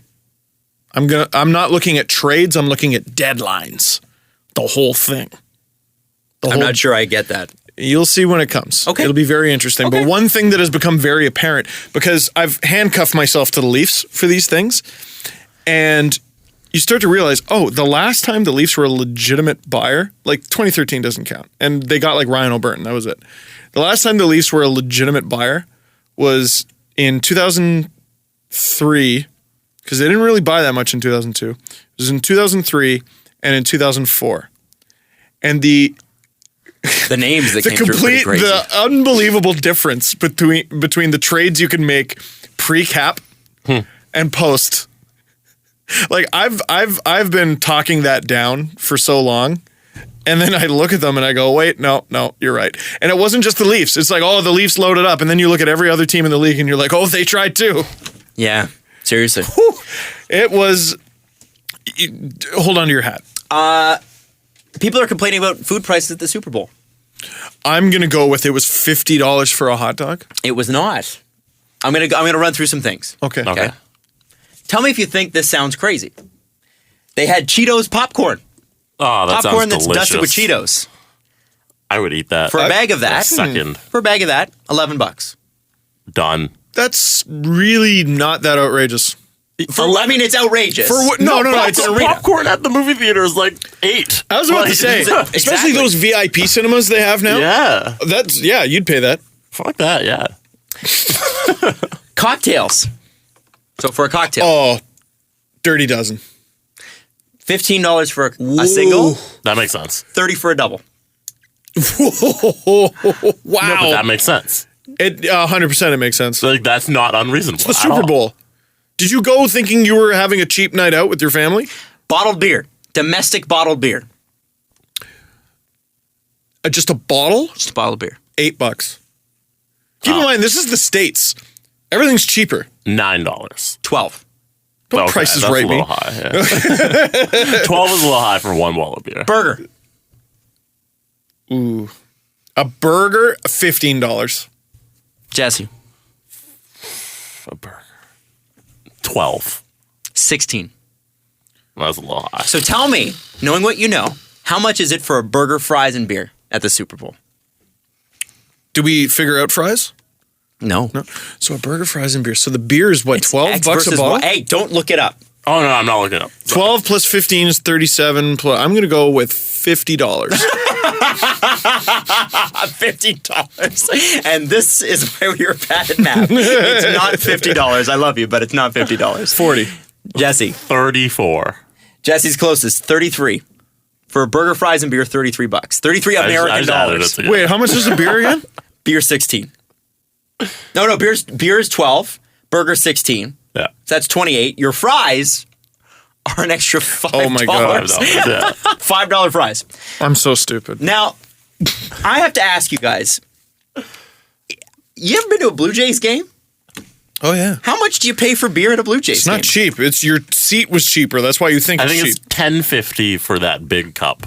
So it's like 2 beers, I think, in the big one. It's $10.50 or something like that. At least. Yeah. But here's the thing. And it's at least that for a burger. It's Yeah. 10 or $11 for a burger. Yeah. Canadian prices and Canadian taxes. Oh, But if you want to pay money, come see a Blue Jays game. I saw a very funny thing retweeted out. Should some of the states on the West Coast just become part of Canada? And I was like, how funny would that be if that actually happened? Welcome to Canada. A bunch of stuff is going to instantly improve for you. By the way, everything costs 13% more. Yeah. Instantly, everything Are costs you making 13% over more. $100,000 a year? Okay, we'll take 58% No, of you're that. not. No, you're not. 58% of that. Yeah. You make over 100 grand, or you're is over 150. Yeah. You're paying 58%. This income $50 tax. pair of jeans is 60 something. By the way. Yeah. Yeah. And Oh, you don't like that? Yeah. How's your heart, Jim? how's your How's your heart? had a little That too many- pothole in front of your house. How's your pothole? few too many burgers at the Super Bowl there, Jim. Sure would be nice to have free health care, don't you think? Yeah, that's what put Jim over the top. No, but I just Why find is it he interesting. Jim? Now, things do cost more here. Things do cost more dollar because our dollar is worth less, and we Yeah. also pay higher taxes. Yeah, I think you can combine those words. But now. I want to bring up an interesting point. It's not the yen. In Tampa, not expensive to go to a game. How much do you think it cost me American to get a burger and fries in Tampa? I don't know, like Americans love capitalism. They move volume, eh? How much do you think it cost me to get The waitress in Philadelphia, Steve, got mad because I wasn't drinking fast enough. Steve, how much do you think it cost me for a burger and fries at Tampa? $20. Yeah, $20. about $20. And that's not with the beer. But the tickets cost about $20. And that's a regular season NHL game. The Super Bowl Why are people complaining? is expensive. I don't know why people are complaining. So my friend Peter sent me this the other day. It's the Florida Panthers value pack. Oh, no. So for $99, you get 4 tickets, parking, and Flex Bucks. what's Flex Bucks? Flex Bucks allow you to purchase merchandise at the BB&T Center in Pantherland, Those or are- food and beverages. Those are free. Those are free tickets. I know you paid for them, but they're free. those are free tickets. The tickets So, are free. depending on what level you buy, the smallest level gets you $40 in flex bucks. Let's come up So with a they're list of giving things. $40 if you buy $99 tickets when you get 4 tickets. You should just not spend money on groceries. Like, you should just go to Panthers games to save And money eat on burgers. groceries. Yeah. You get your veggies from the lettuce and tomato that are Yeah. on the. It's like a steak and lettuce and tomato and some potatoes every If you're night. bunged up, I'm going to skip the meat today. Can you just load it with a head of lettuce, please? And jeez. Yeah. Well, I Tampa clearly, and their business plan is clearly this. It's when you go to a game, it's like, okay, cheap tickets, they get you in the door. Yeah. Then you got to pay for food, which is very expensive, and everything is sponsored. Everything. It's like, well, this is the first break of the game brought to you by your local Ford dealers and blah, blah, blah, blah. It's like And that in it's- Toronto, too. No. Not quite? No. It's a little bit different? Wait. Okay, one day I we're think gonna it's come just down. more subtle. No. Yeah. Yeah, I think it's no. more subtle. Guys, Next time you go to the No, ACC, we walk haven't- around and really pay we attention. haven't seen it. guys, I love you. Okay. It is I don't. 10 times. Yeah? 10 times the sponsorships. Everything is sponsored in Tampa. Everything. And they're like, well, they'll go to the, they're going to give away something on the screen, and it's sponsored by like 4 different companies. It's Is not it- one. It's not like, hey, it's Pizza's Yeah. bringing you this. It's Pizza and this and this and this and this. Oh yeah, brought to you by so-and-so's funeral home. Also, why do they have 'Cause, like- such poor sponsors? Well, they have so many sponsors. How they're paying for their team. Oh, my goodness. It's smart. Get people in the Should pay door. to go to help them out. Get Yeah. people in the door. Just get people in the door. And then watch them spend and watch all the sponsors. Now, is this an American thing or a Tampa thing? I think it's a Tampa thing. I was about to say, I didn't really notice this in Buffalo or Boston. I don't think they maybe have to do that in Buffalo. Or Because Boston. like one Canadian Tire sponsorship at the ACC is probably like 5 in Tampa. Maybe. It's pretty expensive. People line up to get sponsorships at the ACC. Yeah. Whereas I don't know if that's the case in every market. And I think if you're doing business in Florida, for instance, I think the idea is get people in the door. Mm-hmm. Just get them in the door. Because they'll buy jerseys, they'll buy food, they'll buy beer, they'll buy, even if you buy a water, it's expensive. Watch on TV. Maybe one of them has a Nielsen's rating box. Yeah, And we just can use our get 'em goofy there. system, too. Yeah. That one box is worth $50,000. Crazy. Anyway, I looked at the Super Bowl prices and thought, it's about what I Yeah, expected. it's the Super Bowl. I paid more for you a paid cocktail. $1,000 for the ticket. Are you going to really complain about the $30 double cocktail? What thrifty person bought Super Bowl tickets? Yeah. Yeah. Do you know where you are? Fuck you. Do you know where? No, I'm serious. If you're going to the Super Bowl and you're being cheap, Yeah. get out of here. This bus is dirty. You're on the bus.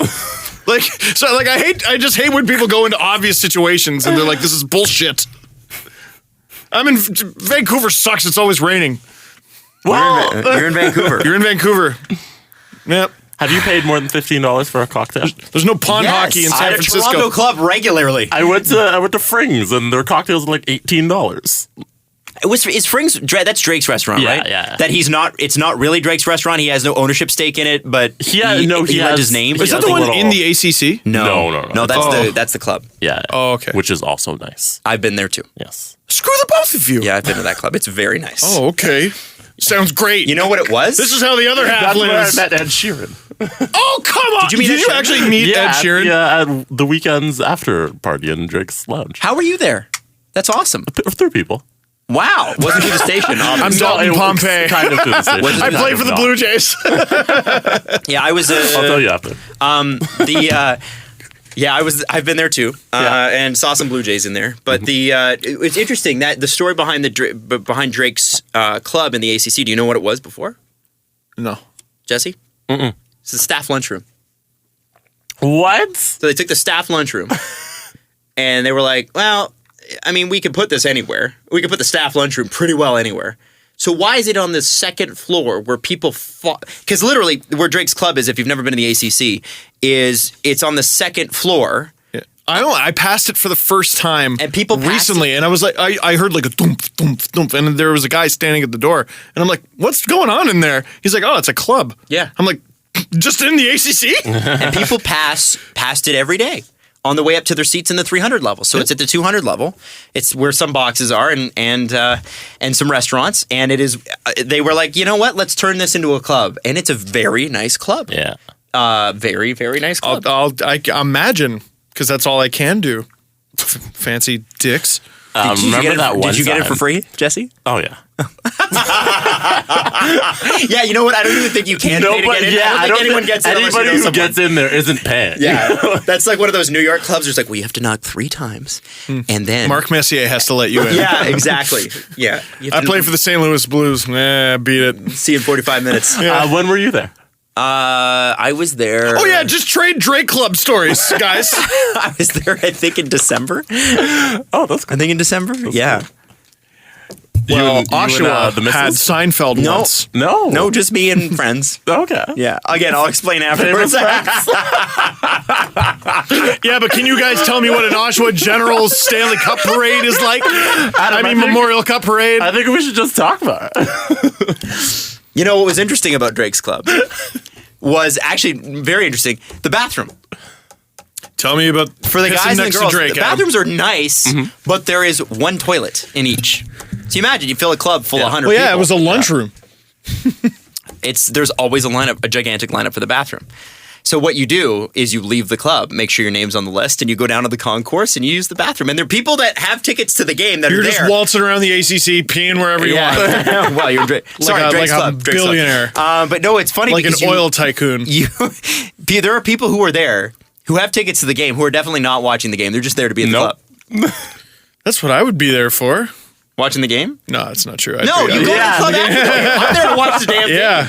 But yeah. Oh, the club is open during the game. Yeah. You just don't. If you're not from Toronto or the Greater Toronto I'm area, sure New Yorkers you would just get this.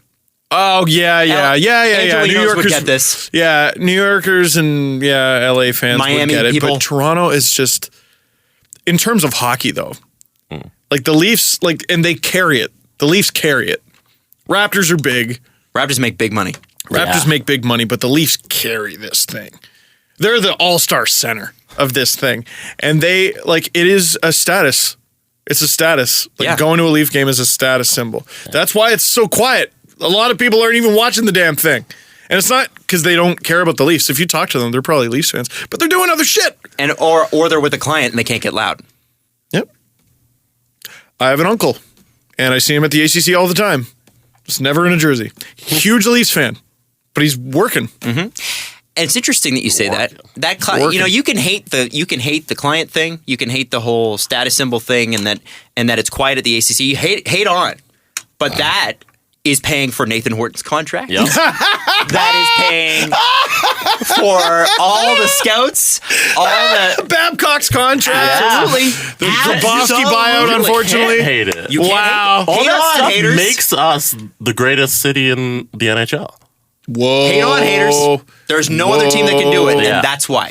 I saw someone, and if they're listening, I'm not trying to attack you personally, but there was a reporter who basically went, "Oh, and we're here in Brooklyn, worst ice in the NHL." And The ice surface yesterday did look like a basketball. It was. You're like, just- this is definitely a basketball place because it just bounced around. Yeah, and someone from the Isles went, "Oh, always great when Toronto comes to town." Sarcastically, "Oh, I'm sorry that we're holding you to an NHL-wide standard. I'm sorry that we're used to things being better because we take it more seriously. I'm sorry." Yeah. Yeah, I'm sorry that our team is well managed. And always, listen, you can say what you want about the players on the ice, and I will back you on that. Yeah. The team, business-wise, has been extraordinarily well managed for the Why last do the 20 Leafs years. get so much coverage? Everyone, I'll look into the camera. The moment people stop caring about the Leafs en masse, I promise you, people will stop talking about them. Until then, guess who is their third pairing D, folks? It's Alexei Marchenko. Here's a 30-minute feature on him. Yeah. I care. I want to know. Tell me everything you can tell me about Alexei Marchenko because I care. And I there's do care. Too many of us who care. Sorry. Now, Oh, boy. Have you ever been to Frings when Drake's been there? I've never been to Frank's. Oh, you should go. Is it actually good? Yeah, it's good. Okay. They do share plates, so We you'll should get go to Frank's together, all three of us. We should definitely go. I'd do tapas with you Where boys. the hell what are you Torontonians talking about? That's Susur Lee and Drake's restaurant that Jesse said he's been to before we talk about Drake's Club. You guys need to calm down. Okay, I'm a simple person from a simple town in Canada. You're from Toronto. I'm like half an hour out of Letterkenny. I don't know what you're talking about here. Okay. Don't buy a belt because buy pants that fit, right? Yeah. Why don't you guys wear belts? Because we buy pants that fit. Way to go there, Jared. I gotta say, I was quite proud of the Toronto Maple Leafs organization when I went to that club. I was like, this is pretty astounding. Yeah. This is pretty crazy. Literally, I think there are markets where you could do this. Like, I think you could do this with the Dallas Cowboys, the New York Yankees, probably the Knicks, probably cool the that Lakers. we have one of those? What? Like, isn't it cool that we have one of those status teams? Yes. Like, that's really It cool. might be the least status league, but Yeah. I'll still take it. I'm saying, and the Raptors are an interesting mix too. Oh yeah, Because they're a big time They're a status thing too, but they have status more symbol real here. fans. They're a as well. status symbol with the younger demos. The NHL has a Yeah. problem with younger demos. Yeah. Huge. MLB too. Oh yeah. Yeah. MLB too is very young heavy. That's why Jays games Wait, are so MLB much is fun. young heavy? No. In Toronto. In Toronto it is. Yeah. But all the Jays fans seem like casual fans. Like, you don't really have the status of a Raptors fan or a Leafs fan. Yeah, like Raptors fans know. It's true. Yeah. But is that Jays because of fans the might not volume? know all the rules. Is that because Yeah. of the volume? Yeah, that's true. Like, Yeah. ask a Jays fan what a fielder's choice is. Boy, when I Yeah. watch the Super Bowl, like every year I go, I know football, and by about like 2 or 3 plays in, I'm like, nope. Yeah, They're inventing stuff now. I'm better now. Jesse, remember? You're like, oh, all he has to do is cross the plane. I'm like, why is it called a touchdown?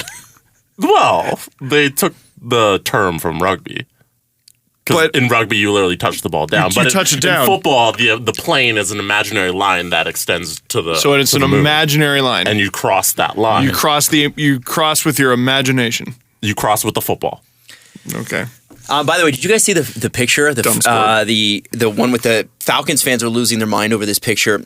The guy, I forget who scored the touchdown to tie the game, but his knee apparently was down before that ball crossed, and they didn't catch it on the instant replay. And they never challenged, I don't What? think. But there's a picture, and you should Google this.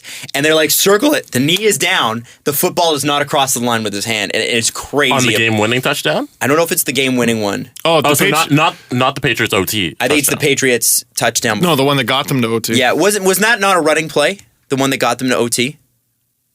The 2-point conversion was a passing play. Yeah, I think it was a running play. It was a Yeah, running yeah. play on the last touchdown. Yeah. If I'm not mistaken, it's that one. Oh, the Okay. Patriots won a Wow. Super Bowl under sketchy circumstances? Must be February.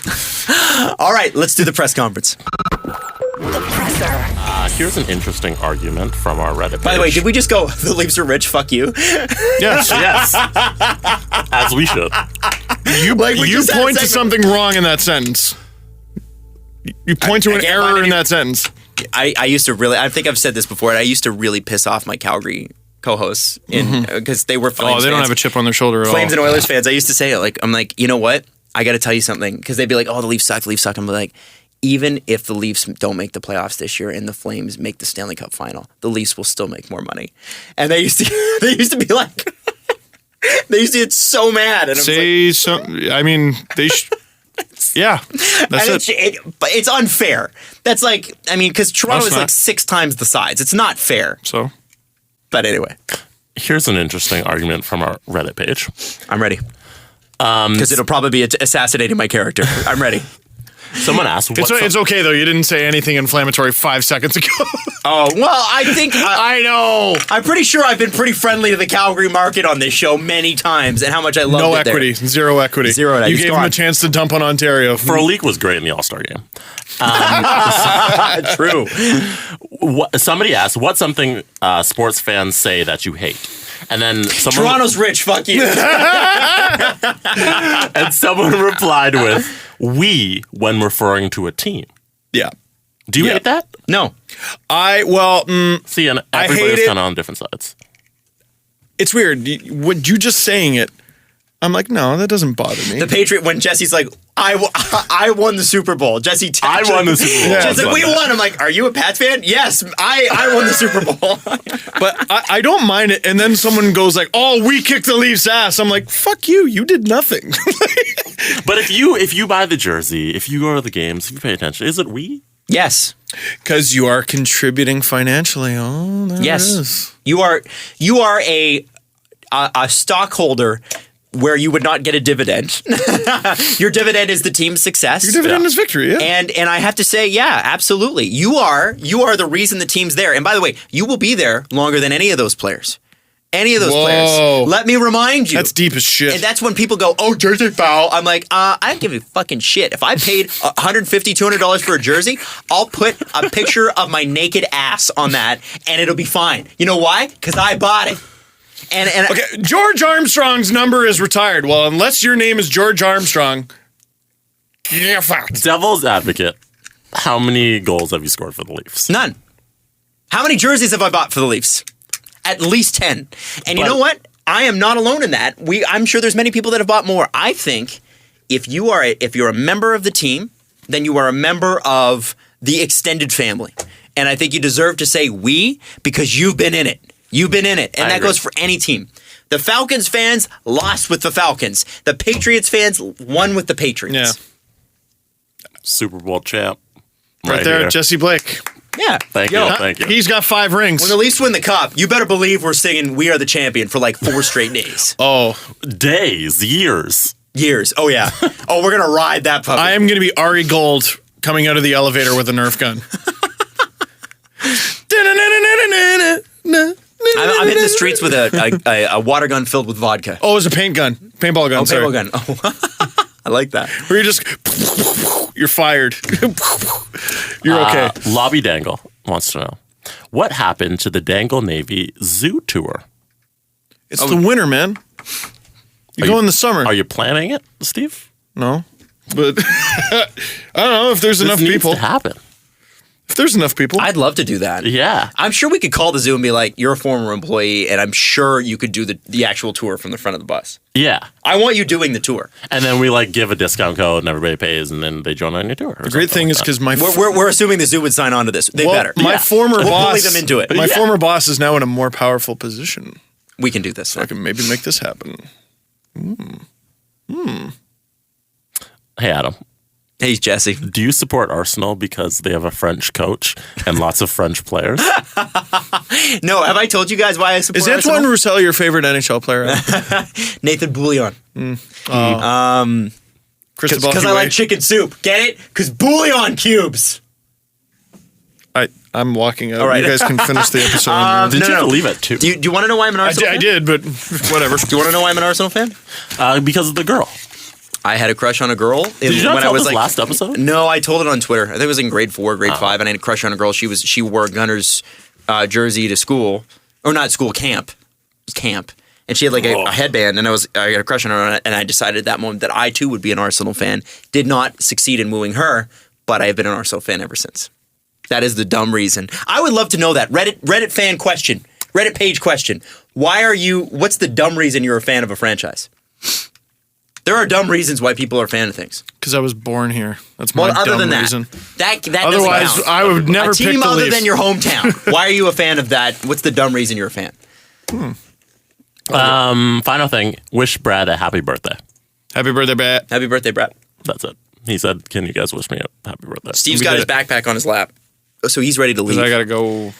I think we should extend this show as long as possible. Let's talk a little bit more about Drake's Club, should we? You guys are dicks. You guys are elitists. I was at Frings the night that Golden State was playing the Raptors, and Steph Curry and Drake were there, and they have their own private. Do you want me to keep going, or do you want to leave? No, I want to know. I want to hear your story continue. Yeah. So then my friend Rihanna said, "Aren't there a lot of famous people here?" And I said, "Yes, peer Rihanna." Yes, cohort. Yes, we're the same. We're definitely the same. On that level. All right, we'll be back on Thursday, right? Thursday. Yeah. Okay. Great show, guys. What's the final score tonight? 6-5. 7-6. There we go. Follow the guys on Twitter at Steve_Dangle, at Adam WYLDE, and at Jesse Blake. The Steve Dangle Podcast. Brought to you by Panago Pizza. Order at panago.com and stuff your face with deliciousness.